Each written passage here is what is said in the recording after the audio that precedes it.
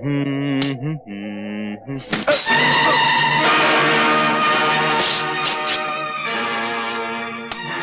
तुमने टांग अड़ाई है 144, फिर ना रोना कभी, नहीं तो उसे काट कर तुम्हारी गर्दन के साथ बांध दूंगा।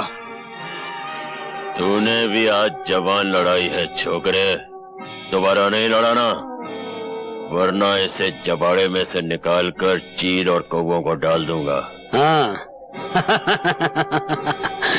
तुम जानते नहीं, मेरा नाम शक्ति सिंह है, और शक्ति सिंह जिस जेल में जाता है वहां का जेलर या तो इस्तीफा दे देता है या किसी दूसरी जेल में तबादला करवा लेता है। हमारा रिकॉर्ड भी कुछ तुमसे बुरा नहीं है। हम भी जिस जेल में जाते हैं, जेलर की हुकूमत सिर्फ जेल के दफ्तर में होती है, जेल के अंदर हुकूमत शमशेरा की चलती है। हर कैदी को हदायत है कि जब भी शमशेरा के सामने से गुजरे पहले झुक के सलाम करे और फिर आगे बढ़े। और हमारे सर को शमशेरा ना ही झुकने की आदत है ना ही सलाम करने की। तुम में इतनी ताकत है तो इसे झुका के दिखा दे। मैं इसे झुकाकर भी दिखा दूंगा और काटकर भी दिखा दूंगा।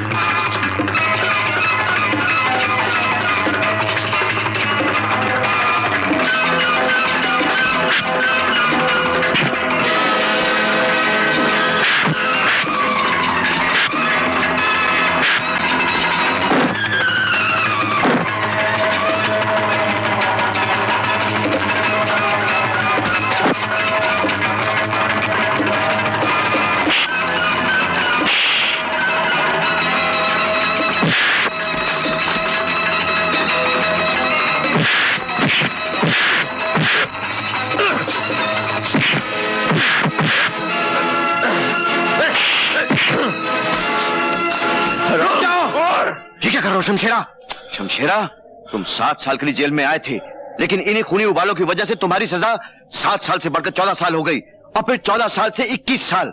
कल तुम्हारी रिहाई का दिन है, कहीं ऐसा ना हो कि रिहाई का मुंह देखने के लिए फिर तुम्हें बरसों लग जाए।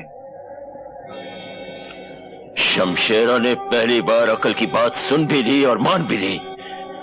नौजवान जाओ, तुम्हारी किस्मत अच्छी है।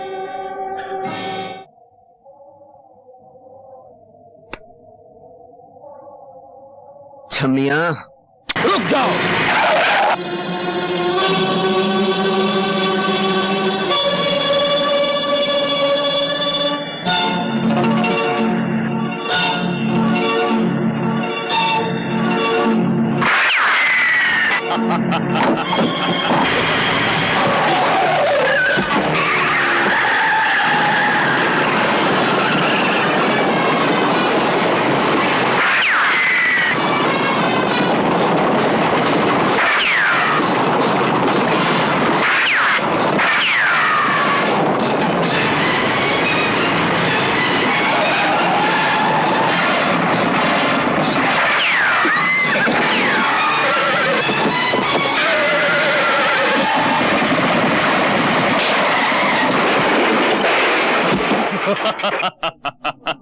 ले चलो।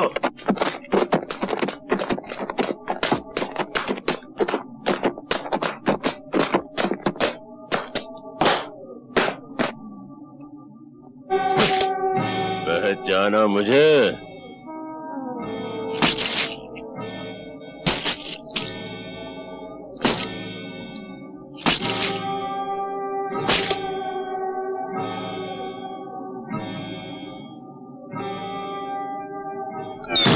अपनी मौत को सामने देखकर भी नहीं पहचानते? शेरा,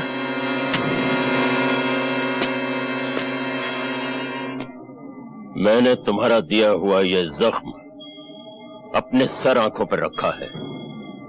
बरसों जेल में पत्थर तोड़े हैं ताकि जिस दिन तुमसे मुलाकात हो तुम्हारा हिसाब चुकता कर सको। आज वो दिन आ गया है ठाकुर। इसे पहचानते हो?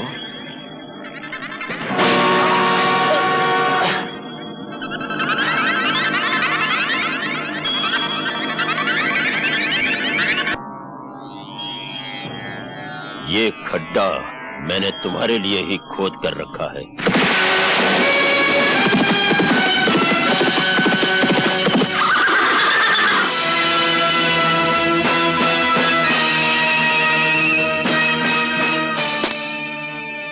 जो दूसरों के लिए खड्डा खोदता है वो खुद उसी में आकर गिरता है।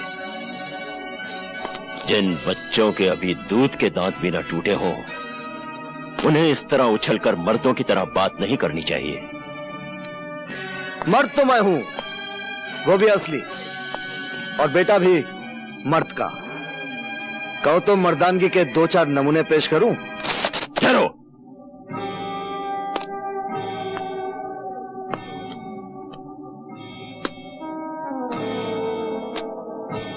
लगता है कि तुम्हें पहले कहीं देखा है।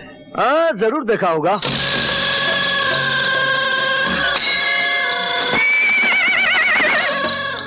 लो, बहादुर भी हाँ कह रहा है।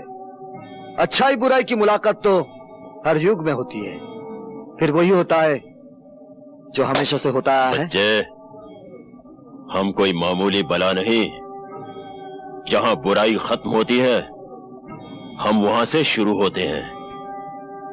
अगर तुमने मां के पेट में ही सुन लिया होता कि हमारा नाम राजा शमशेर सिंह उर्फ शमशेरा है, तो शायद तुम पैदा होने से ही इनकार कर देते। फिर तो गया खड्डे में। क्या मतलब? मुलाकात तो होनी ही थी। विधाता के लिखे को कौन मिटा सकता है? रावण था तो राम थे, कंस था तो कृष्ण थे, दुर्योधन था तो धर्मपुत्र थे, राजा है तो रवि है। थोड़ी देर में दुनिया कहेगी कि रवि था और राजा है। हमने बड़े बड़े कर्मवीर देखे, धर्मवीर देखे, परमवीर देखे, शूरवीर देखे, लेकिन शब्दवीर पहली बार देखा। हमने भी बड़े बड़े राजा देखे। गलियों का राजा देखा, सड़कों का राजा देखा, भिखारियों का राजा देखा, लेकिन आज पहली बार कब्रिस्तान का काना राजा देख रहा हूं। देखो मिस्टर कान्या, मारा मारी से पहले एक शर्त है। जो खड्डे में पहली बार गिरेगा वो अपने हाथों से मिट्टी समेट कर अपने आप को दफन कर लेगा। मंजूर? मुझे मंजूर है।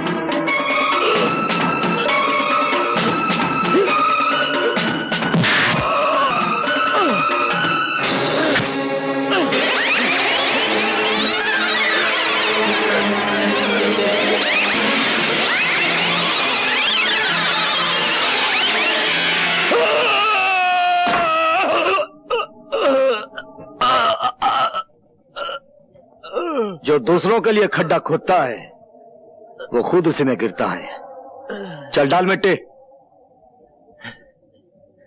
बेटा, इसे माफ कर दो।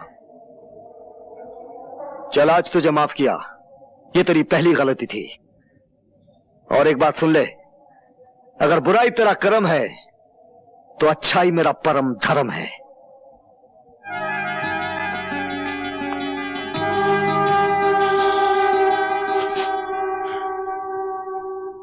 हाय राम, ये क्या हो गया आपको? कैसे हुआ ये सब? जिंदा पहुंच गया तुम्हारे पास। भगवान का शुक्र करो सावित्री। शमशेरा तो आ ही गया था आज, अपनी आंख का मेरी जान से बदला चुकाने। मुझे मारने से पहले एक नौजवान कहीं से आ गया और उसने तुम्हारी मांग का सिंदूर मिटने से बचा लिया। कहाँ है वो नौजवान? आप उसे साथ नहीं लाए? वही तो यहाँ लेके आया है मुझे। बाहर खड़ा है वो।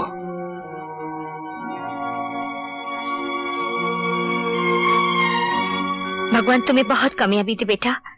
मैं तुम्हारी झोली सोने चांदी से भर दूंगी। तुमने मुझ पर इतना बड़ा उपकार किया है कि... जो मैंने किया है वो उपकार नहीं था, वो मेरा धर्म था, और धर्म अपना इनाम खुद होता है। उसे सोने चांदी के तराजू में तोलकर मुझे शर्मिंदा ना कीजिए।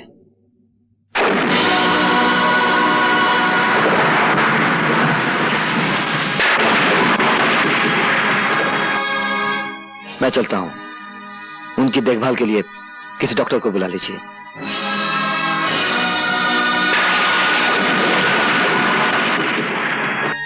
डॉक्टर साहब का बहुत खतरनाक एक्सीडेंट हुआ है, आप उनसे नहीं मिल सकती। मेरा मिलना उनसे बहुत जरूरी है। लेकिन आप समझते क्यों नहीं? उनकी जिंदगी और मौत का सवाल है। मेरी भी जिंदगी और मौत का सवाल है। सुनिए सुनिए।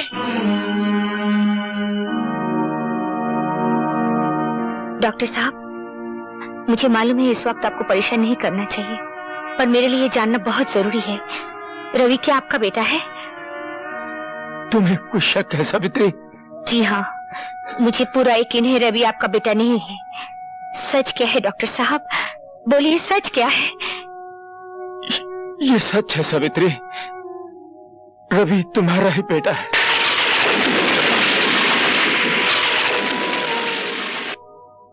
मगर अब इस सच्चाई को मेरे साथ ही मर जाने दो, नहीं तो तुम्हारे हरे भरे घर में आग लग सकती है। डॉक्टर साहब, डॉक्टर साहब, डॉक्टर साहब।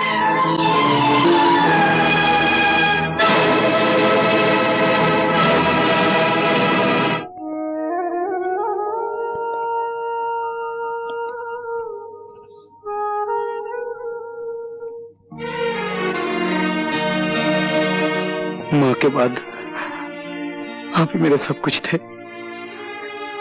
हम मुझे छोड़कर चले गए। मैं अनाथ हो गया पिताजी, मैं अनाथ हो गया।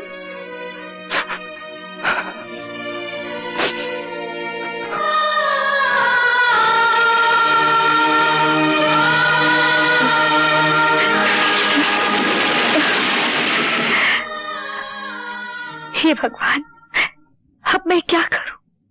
पति पत्नी के जीवन की इमारत सिर्फ विश्वास की बुनियाद पर खड़ी होती है। सावित्री, जिस दिन प्रेम को पता चल गया कि तुम उसके विश्वास की आंखों में धूल झोंकती रही हो, तो इस इमारत को गिरने से कौन बचा सकेगा? इस इमारत को अब झूठ बचा नहीं सकता। बचा सकता है तो सिर्फ सच ही बचा सकता है। और आज मैं सच बता के रहूंगी।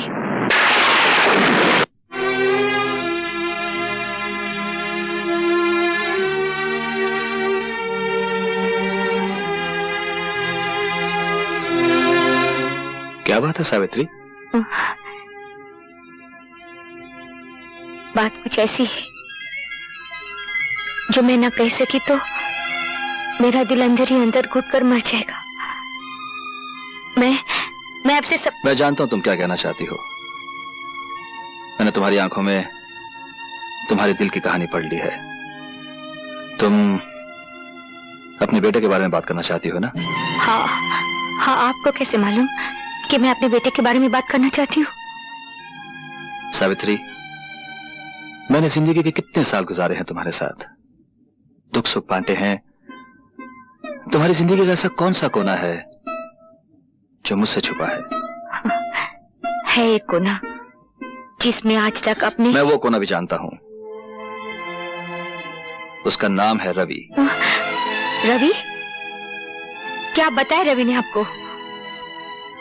उसने बताया कि तुम डॉक्टर को मिलने गई थी। डॉक्टर ने तुमसे कुछ कहा और दम तोड़ दिया।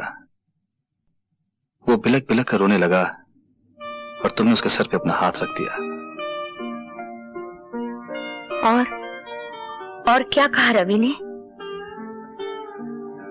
उसने कहा जब अपना हाथ तुमने उसके सर पे रखा तो उसे ऐसा लगा जैसे उसकी मां वापस आ गई हो।